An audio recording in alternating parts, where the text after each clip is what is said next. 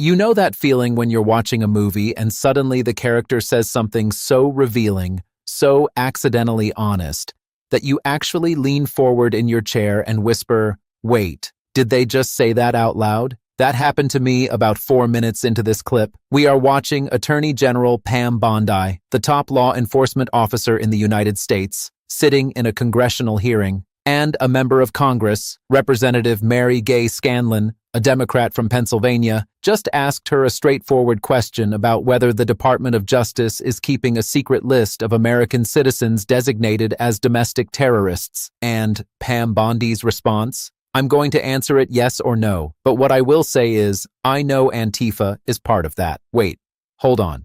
Rewind. She just confirmed it. She just admitted on camera in front of Congress and the entire country that there is a list of groups, a list of Americans, and she knows who's on it. But here's the thing. She won't tell Congress what's on it.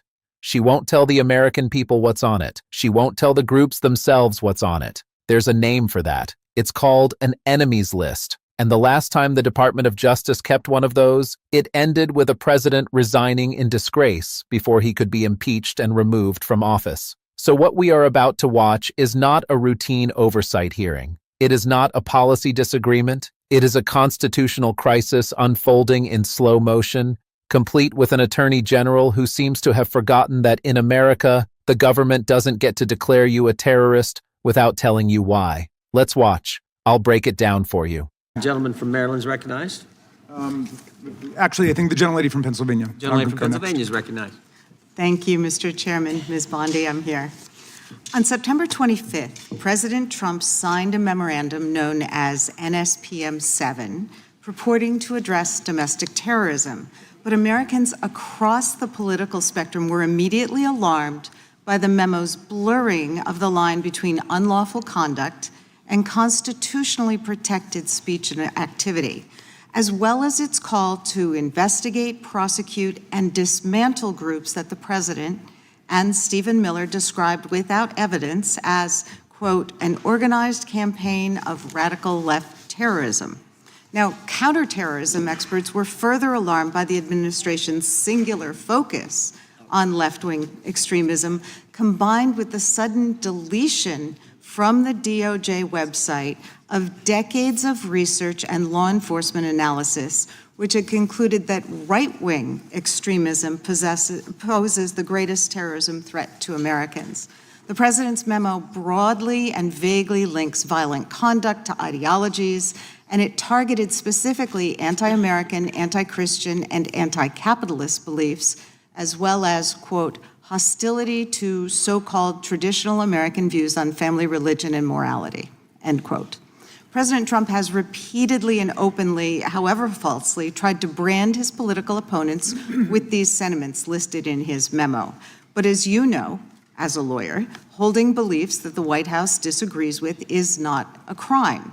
And the statute defining domestic terrorism requires criminal acts, not just thoughts and ideas. That's why legal experts, nonprofit leaders, religious freedom, and civil rights advocates immediately raised the alarm that the new presidential directive was a politically motivated attack on civil society designed to silence those who disagree with the administration. So, Ms. Bondi, Section 3 of that memo directed you, as Attorney General, to submit to the President and Stephen Miller a list of groups or entities whose members are engaged in acts that meet the definition of domestic terrorism. And then on December 4th, you directed the FBI to work with a variety of law enforcement entities to compile a list of groups and entities engaged in such acts by January 3rd, 2026, and to update that report every 30 days thereafter. So can we assume that you or persons under your direction at the Department of Justice have prepared that list of groups or entities who are designated as domestic terrorist organizations? And I just remind you that's a yes or no question. Did you prepare the list? I'm not going to answer it yes or no, but what I will say is I know Antifa is part of that. I will talk to you about that. I'm reclaiming my time. I asked you whether you an prepared Antifa member a was list. arrested in Minneapolis I'm federal reclaiming court for my cyber time. stalking. Did you they have ask a question list? and don't want an answer. The answer is yes or no. Time belongs to the gentlelady from Pennsylvania. Gentlelady Can proceed. Okay. So will you commit to providing this committee with any list of organizations that you have recommended be designated as domestic terrorist organizations? We will comply with the law in all matters. Will you commit to provide this committee with your list of entities that you recommend be designated as domestic terrorist organizations? I'm not going to commit to anything to you because you won't let me answer questions. Okay, well then, we do understand that your current position is that you have a secret list of people or groups that you are accusing of domestic terrorism, but you won't share it with Congress. And I'd remind you that when the U.S. government designates an entity as a foreign terrorist organization, it must report that to Congress and to the entity, because the government can make a mistake and the entity has the opportunity to contest it. So your position seems to be that if you falsely designate an American or an American organization as a terrorist group, there's nothing they can do about it. I think we get it. You don't want to answer the No, questions. you don't get that anything this regarding committee- public safety. Thank you. Nothing. Thank you for the insult. It's clear you didn't come to Congress prepared to answer questions that the American people have every right to have answered. But if you were prepared to answer truthfully, here's what we expect the facts to show. The administration is keeping lists of Americans who the White House says are engaged in domestic terrorism.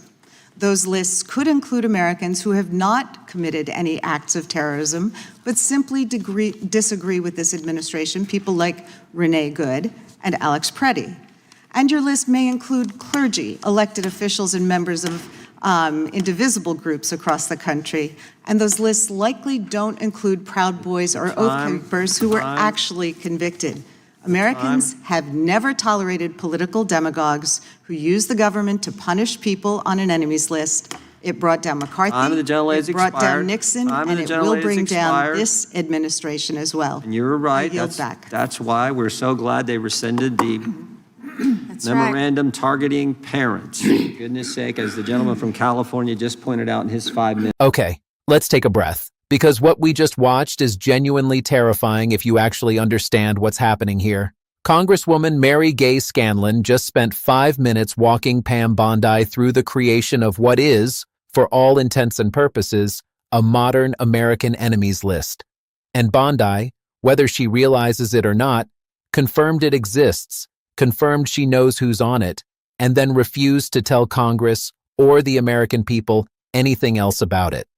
So let's break down exactly why this matters, why it's dangerous, and why Pam Bondi's non-answers are actually more revealing than she intended them to be. Here's what you need to understand about NSPM 7. It's not a counterterrorism document, it's a political hit list dressed up in government language. Domestic terrorism law requires acts, violence, specific crimes. This memo targets beliefs: anti-American, anti-Christian, anti-capitalist, hostility to traditional views on family and morality. Since when is having an opinion a terrorist offense? Since when does the government get to label you a threat because of what you think? That's not the First Amendment. That's the opposite of the First Amendment. Before this memo dropped, the DOJ website had decades of research. Republican and Democrat administrations, career law enforcement professionals, all concluding the same thing. Right-wing extremism poses the greatest domestic terrorism threat to Americans. Then someone hit delete. You don't erase decades of data because you care about public safety. You erase it because it contradicts the narrative. Because you can't justify targeting left-wing groups when the evidence says right-wing groups are the actual danger. So they made the evidence disappear. And nobody's supposed to notice. This is the moment Bondi will never be able to take back. Scanlon asks, "Did you prepare the list?" Bondi says, "I know Antifa is part of that." She confirmed it. On camera. In front of everyone. The list exists. She knows what's on it. And Antifa, which isn't even an organization with membership rolls and a headquarters, is on it. That's not a terrorist watch list. That's a label for people we don't like. Then Scanlon asks the obvious question, Will you share the list with Congress? Bondi's response? I'm not going to commit to anything to you because you won't let me answer questions. Think about that logic. She won't provide oversight because she's annoyed at the person asking. When the government designates a foreign terrorist organization, there's a process. Notice to Congress, notice to the group, opportunity to contest, because mistakes happen, because due process matters. But for Americans, for citizens, secret list, secret criteria, no notice, no hearing, no appeal. Scanlon drops the line that should haunt every person in that room. It brought down McCarthy. It brought down Nixon. It will bring down this administration as well. She's right. McCarthy had a list. Communists in the State Department, he claimed. Ruined lives, destroyed careers, ended in censure and disgrace. Nixon had a list. Political opponents to target with IRS audits and FBI harassment, ended in resignation. Now Bondi has a list, and she thinks this time will be different. At the very end, Bondi tries to pivot, tries to change the subject to a memo about parents at school boards, tries to make it sound like the people asking questions are the real problem. But that memo, the one she's so glad was rescinded, it was criticized for the exact same things: vague language, blurring protest and terrorism, targeting political opponents. The difference is, that one is gone. This one is still active. That list is history. This one is being compiled right now. Here's what we know. The Department of Justice has a secret list of Americans labeled as domestic terrorists. They won't tell Congress who's on it. They won't tell the public who's on it. They won't tell the people on the list that they're on it. No process, no due process, no appeal, no accountability.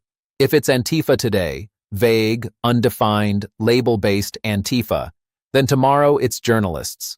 Tomorrow it's activists. Tomorrow it's clergy. Tomorrow it's elected officials who ask too many questions. That's how these things always start. With a list, with secrecy, with the government deciding some Americans don't deserve to know what they've been accused of. History tells us how this ends. The only question is how many people get hurt before we get there.